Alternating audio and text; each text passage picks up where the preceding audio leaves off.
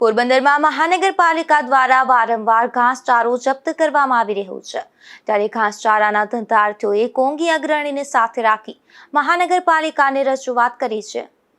પોરબંદર શહેરમાં વિવિધ વિસ્તારોમાં રસ્તાની સાઈડમાં ઘાસચારાનું વેચાણ કરી પરિવારોનું ગુજરાન ચલાવતા નાના ધંધાર્થીઓને ત્યાં મહાનગરપાલિકાની ટીમ દ્વારા ચેકિંગ હાથ ધરી ઘાસચારો જપ્ત કરવામાં આવે છે।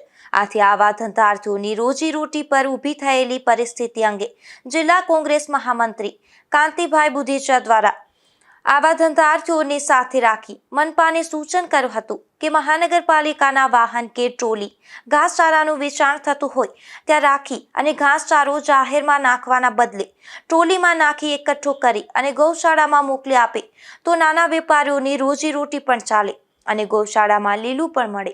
રજૂઆતમાં એવું પણ જણાવ્યું હતું કે શહેરમાં નિયમિત દબાણ હટાવવાની કાર્યવાહી દરમિયાન ગરીબ લીલા વેચાણકારો સૌથી વધુ અસરગ્રસ્ત બની રહ્યા છે। અનેક પરિવારોનો એકમાત્ર આવકનો સ્ત્રોત આ નાનો ધંધો જ હોવાથી તેમની સાથે માનવતાભર્યો અભિગમ અપનાવવો જરૂરી છે।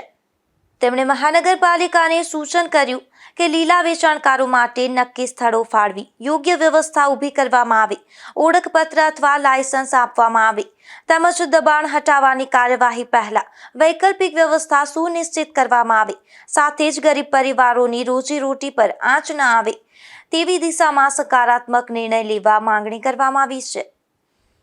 નિપુલ પોપટ સાથે અશોક થાનકી, ગુજરાત ન્યૂઝ, પોરબંદર।